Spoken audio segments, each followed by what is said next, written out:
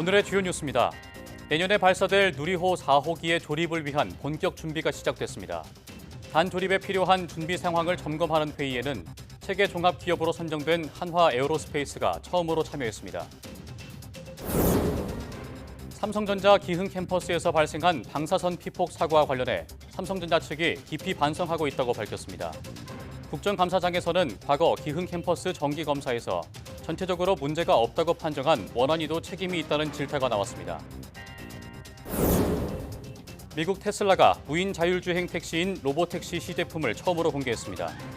내부의 운전대와 페달이 없는 형태인데 일론 머스크는 2027년이 오기 전 로보택시를 대량 생산하겠다고 밝혔습니다. 일교차가 커지면서 연일 아침 안개가 껴 교통안전에 각별한 주의가 필요합니다. 낮 동안 올랐던 기온이 밤에 크게 떨어지면서 수증기가 응축돼 벌어지는 현상인데 가을에는 주로 내륙에 안개가 끼기 때문에 교통사고가 늘어날 수 있습니다.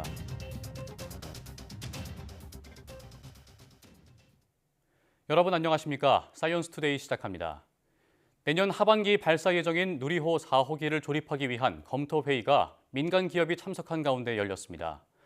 누리호 4호기 제작을 주도하는 한화 에어로스페이스와 우주항공청, 한국항공우주연구원은 11일 한화 에어로스페이스 대전 R&D 캠퍼스에서 모여 단 조립에 필요한 준비 상황을 점검했습니다. 항우연은 지난해 누리호 3차 발사 성공 이후 민간 기업들과 함께 누리호 4호기 구성품을 제작하고 있습니다. 제작이 완료된 품목은 다음 달부터 나로 우주센터에 있는 발사체 종합 조립동에서 단 조립을 할 예정입니다.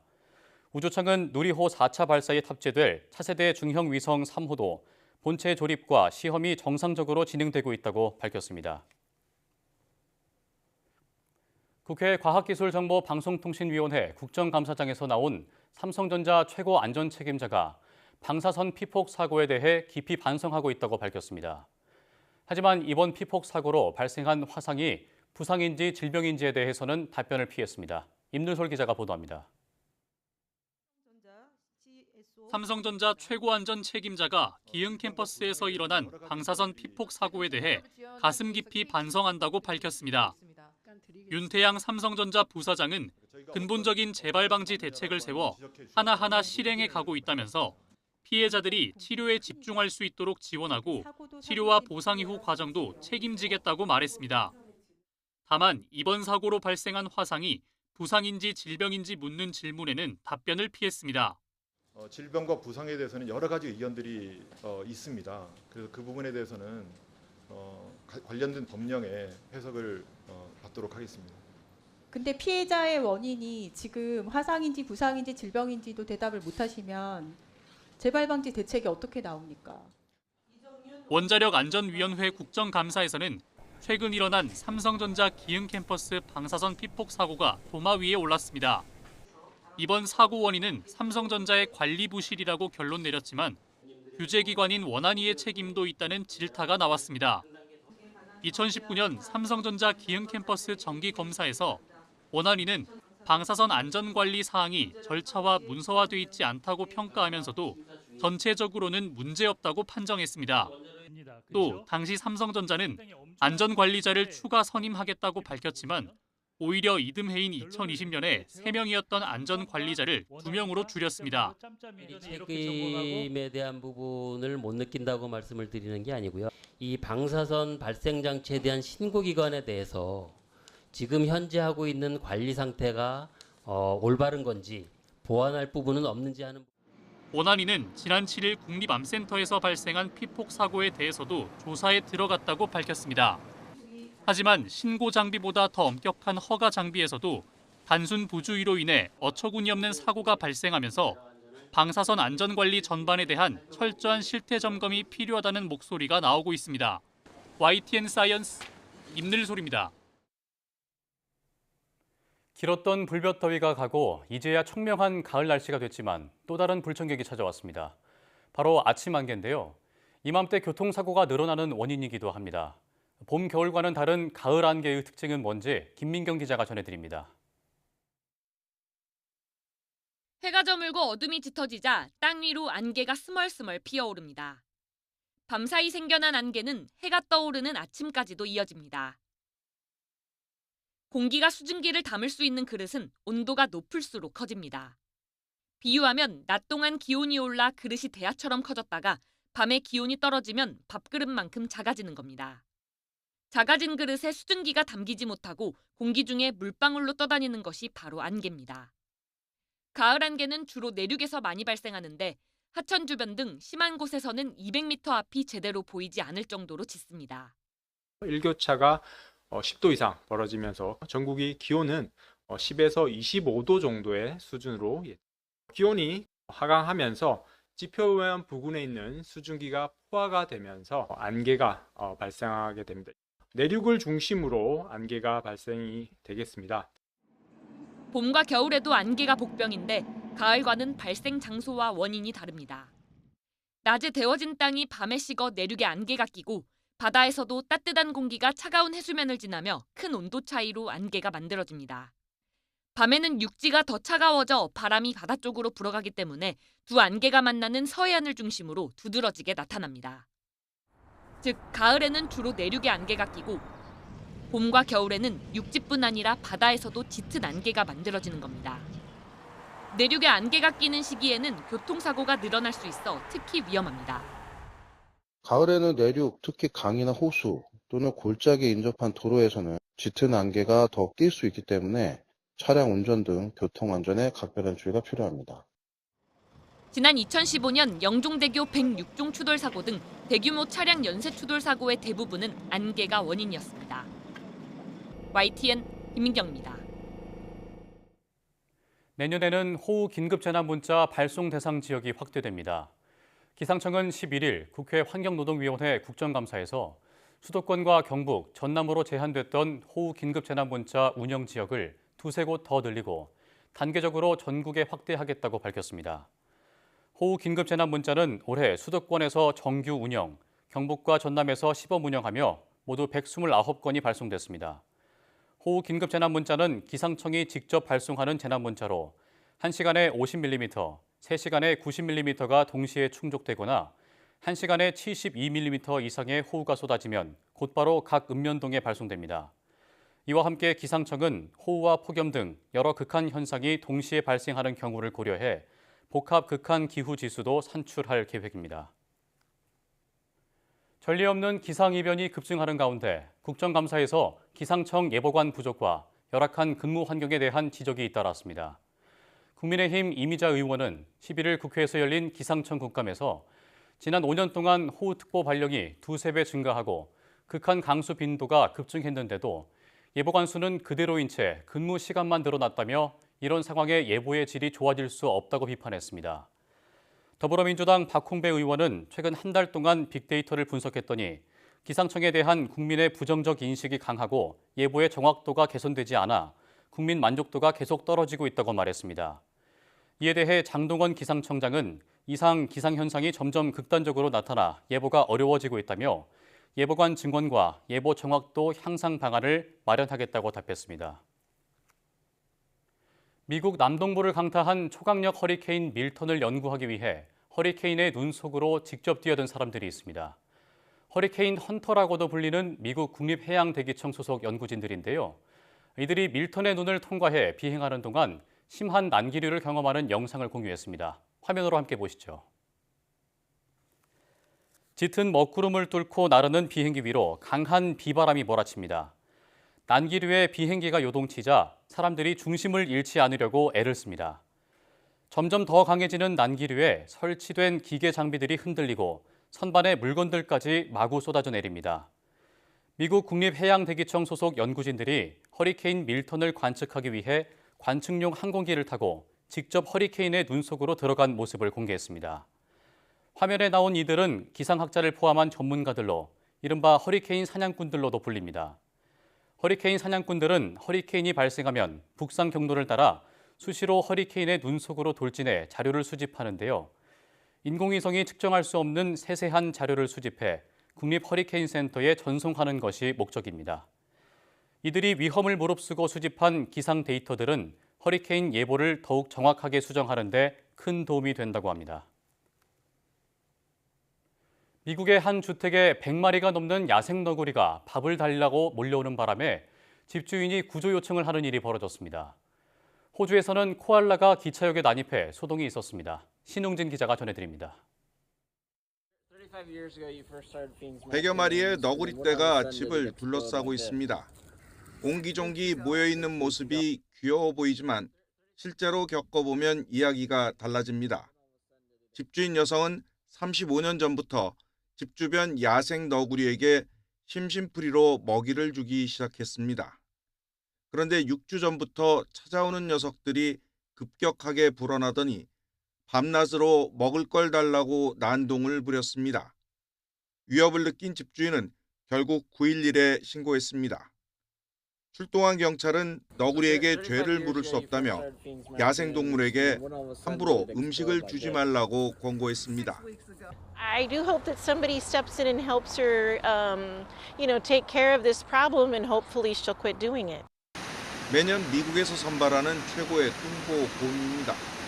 미국 알래스카 남부의 카트마이 국립공원에 사는 불곰 2,200여 마리 가운데 온라인 투표를 거쳐 선정되는데 올해 우승은 4만 표를 얻은 엄마곰 그레이저에게 돌아갔습니다. 그레이저는 특히 대회 결승에서 지난 여름 자신의 새끼를 죽인 수컷 청크를 제쳤습니다. 팬들은 아마도 가장 뚱뚱해서가 아니라 아기를 잃은 어미를 응원하는 마음에 투표한 것으로 보입니다. 밤늦은 시각 아무도 없는 기차역에 코알라가 나타났습니다. 계단을 아장아장 기어 올라가더니 플랫폼을 따라 위태로운 줄도 모르고 마냥 걸어갑니다. 뒤늦게 이를 발견한 대원들이 출동하자 울타리를 넘어 부근 국립공원으로 달아났습니다. 귀여운 코알라 한 마리의 안전을 위해 역으로 들어오는 기차가 속도를 늦추는 등 작은 소동이 일어났습니다. YTN 신웅진입니다.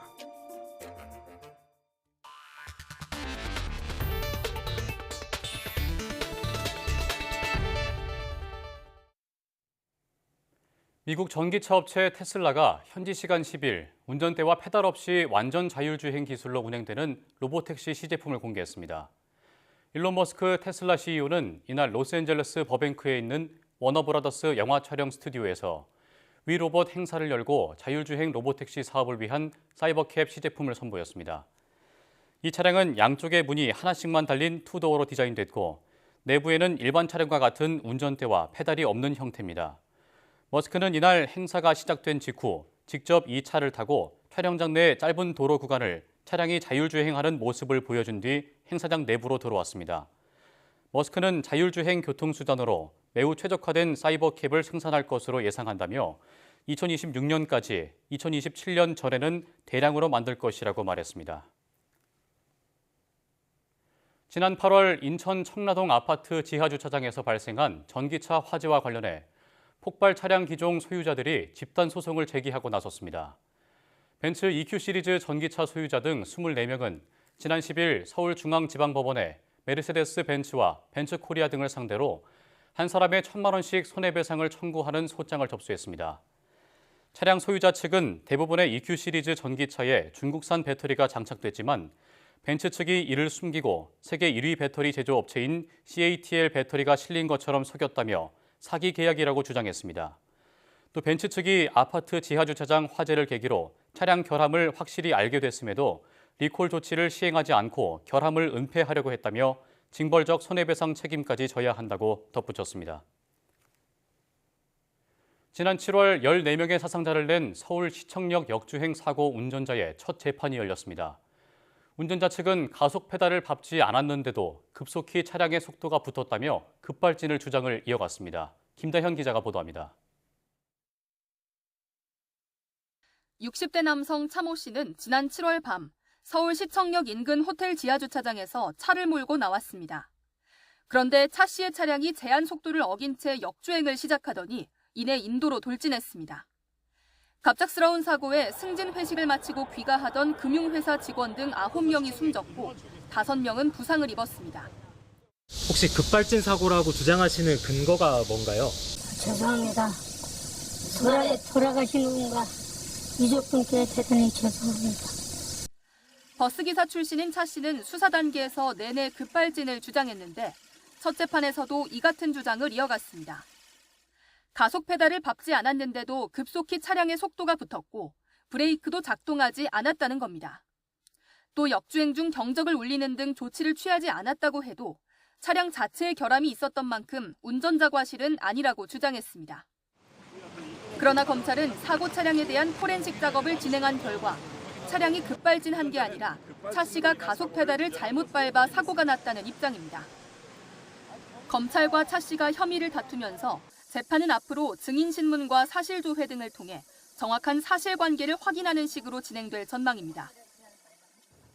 검찰은 일단 국립과학수사연구원 직원과 사고 차량 회사 직원 등을 증인으로 신청했는데 재판부는 다음 달 13일 증인신문을 통해 양측 주장의 신빙성을 따진다는 방침입니다. YTN 김다현입니다.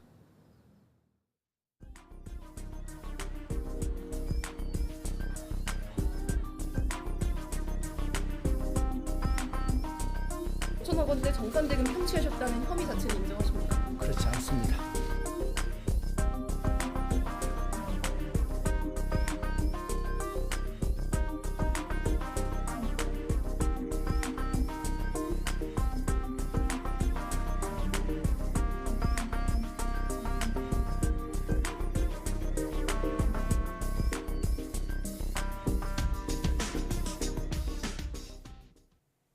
법원에서 구영배 큐텐그룹 대표와 티몬과 위메프 대표에 대한 구속영장이 기각되자 검찰은 보강 수사를 진행한 뒤 영장 재청구 여부를 결정하겠다고 밝혔습니다. 서울중앙지방검찰청 티몬 위메프 사태 전담수사팀은 지난 10일 입장문을 통해 구 대표를 포함한 핵심 경영진 3명의 구속영장 기각 사유를 면밀히 검토하겠다고 설명했습니다. 그러면서 이번 사건은 다수 피해자에게 막대한 피해가 발생한 사안이라며 피해 상황과 진술 청취 등 보강 수사에 나선 뒤 영장 재청구 여부를 결정할 예정이라고 덧붙였습니다. 앞서 검찰은 지난 7월 전담팀을 꾸린 뒤 수사 착수 2달여 만에 구영배 큐텐 대표와 류화현 위메프 대표, 류광진 티몬 대표 등 주요 피의자 신병 확보에 나섰습니다. 하지만 서울중앙지방법원은 피의자 방어권을 보장할 필요가 있고 도망치거나 증거를 없앨 우려를 단정하기 어렵다며 구속영장을 기각했습니다. 의정 갈등이 8개월째 계속되는 가운데 정부와 의료계 인사가 함께 참여한 공개토론회가 열렸습니다. 다만 의정 대화란 의미 부여가 무색할 만큼 주요 쟁점에서 팽팽한 줄다리기가 계속됐습니다. 권민석 기자의 보도입니다. 현 정부 의료개혁을 논의하기 위해 정부와 의료계 인사 4명이 한자리에 모였습니다. 서울대 의대 측 토론 제안을 대통령실이 수용해 성사된 겁니다. 장상윤 대통령실 사회수석은 대화를 반기면서도 의대 증원 필요성을 거듭 역설했습니다. 부족한 의사 수는 2035년에 1만 명이 아니라 2배 이상으로 늘어납니다. 즉 2,000명 증원이 필요한 것이 아니라 사실상은 최소 4,000명 이상 증원이 필요하다는 결론이 나오게 됩니다. 반면 의사들은 불필요한 의료 이용을 줄이는 등 당면한 문제부터 해결해야 한다고 반박했습니다. 취약한 환자는 강력한 처방이 효과를 보기도 전에 대개 부작용으로 사망하게 됩니다. 이대로 가면 한국 의료는 의료 개혁의 효과를 보기도 전에 체계가 무너질 것 같습니다. 또 의대생 휴학과 관련해 지금까지 못한 수업을 이제부터 끝내는 건 불가능하다고 못 박았습니다. 고등학교 2학년 자녀가 있다고 생각을 해보시면요. 고등학교 봄, 여름 못 다녔는데 11월부터 10월부터 시작해가지고 고학년 거 마칠 수 있다 생각하십니까? 불가합니다. 하지만 정부는 휴학은 권리가 아니라며 집단 동맹 휴학은 허용될 수 없다고 재확인했습니다. 최근 의대 교육 단축 논란에 대해서도 현재의 6년 과정을 줄일 의도가 없다고 일축했습니다. 공표를 거치고 오긴 했지만 그거를 리커버할 수 있는 뭔가를 제시를 한다면 그거는 인정해줘야 되지 않겠냐. 그래서 그렇다면 그거는 학교에서 제안을 한다면 받아주겠다라는 정도로 얘기가 됐던 게 8개월째 답보 상태에서 의정 대화가 열렸지만 양측의 현격한 입장차만 확인한 채 토론은 마무리됐습니다. 여기에 정부와 대화 자체가 이적 행위란 의료계 내부 비판까지 나오는 등 앞으로 대화가 계속될 수 있을지도 미지수입니다. YTN 권민석입니다. 소방청장이 구급대의 이른바 응급실 뺑뺑이 문제를 해결하기 위해 119 구급상황관리센터에 인원을 보강하겠다고 밝혔습니다. 허석곤 소방청장은 지난 10일 국회 행정안전위원회 국정감사에서 응급실 이송 특이 사례가 수도권과 대도시를 중심으로 하루에 2-3건 정도 발생하고 있다며 이같이 말했습니다. 허 청장은 의료대란 관련 언론 대응 자제 지시 논란에 대해서는 복무와 관련한 포괄적이고 일반적인 상황에서의 당부를 한 것이라며 좀 더 정확한 내용을 전달하기 위해 조처한 것이라고 해명했습니다. 소설가 한강이 아시아 여성 최초로 노벨 문학상을 받기까진 섬세한 번역의 힘이 컸습니다. 한강의 작품을 세계에 처음 알린 영국인 번역가도 재조명받고 있습니다. 윤현숙 기자가 보도합니다. 이 작품은 한강의 채식주의자였고 소설가 한강은 2016년 채식주의자로 영국 맨부커상을 받으며 세계 문단에 이름을 알립니다. 출간 10년도 안 된 이 책이 세계적 명성을 얻는 데는 영국인 번역가 데버러 스미스의 공이 컸습니다. 뉴욕타임즈는 당시 수상 소식을 전하며 품격 있는 번역이 한국어 원문을 날카롭고 생생한 영문으로 바꿨다며 극찬했습니다. 독학으로 단어 하나하나 사전을 뒤져가며 한국어를 공부한 스미스의 번역은 작가 특유의 문체를 살리면서도 간결한 게 특징입니다. The style was controlled, restrained, without being cold, concentrated on the most to make sure that they came across properly in my translation as well. 작품의 감정과 톤을 그대로 살린 솜씨에 원작자인 한강마저 감탄할 정도입니다. I'm lucky to have met Deborah as my wonderful translator and my friend. 스미스는 직접 출판사 접촉과 홍보까지 1인 3역을 하며 한강의 책을 영미권에 소개하는 데 앞장섰습니다. 스미스가 세운 출판사는 한강의 노벨상 수상 소식에 번역 문학의 엄청난 승리라며 환영의 뜻을 밝히기도 했습니다. 한강이 강렬한 시적 산문의 혁신가로 불리며 한국 작가 최초로 노벨 문학상을 타기까지는 번역의 힘도 컸다는 평가입니다. 그 아름다운 문장이라든지 아름다운 세계를 포착했기 때문에 한 세대 위인 그 작가들한테는 상을 주지 않고 그 후세대에게 상을 줬다. 노벨 문학상 수상으로 세계 문학계의 보물창고로 조명받고 있는 한국 문학. 번역 문학의 양과 질을 높이는 체계적인 지원 속에 더 많은 작품이 세계 독자들과 만나기를 기대합니다. YTN 윤현숙입니다.